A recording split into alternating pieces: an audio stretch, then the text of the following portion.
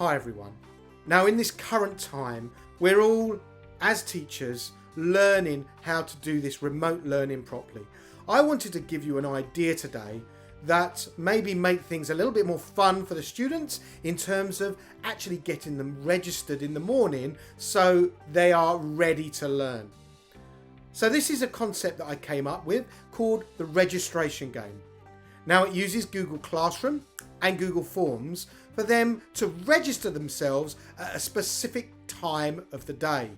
Now if they register at that specific time, they earn themselves some points. If they register after it, their point value goes down until it gets to a point where they get negative points. So this will be a fun way to get the students ready to learn and registered at the same time at a day. So have a look at what I've created.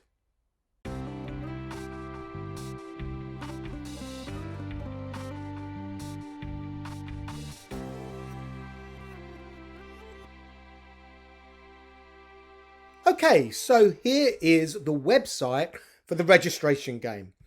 So this screen will get updated every few minutes. You can see here, as of Monday the 6th of April, all the students are absent. Over here, this is our league table and how many points the students have got as a result of checking in to the registration Google form as close to 8:40 as possible.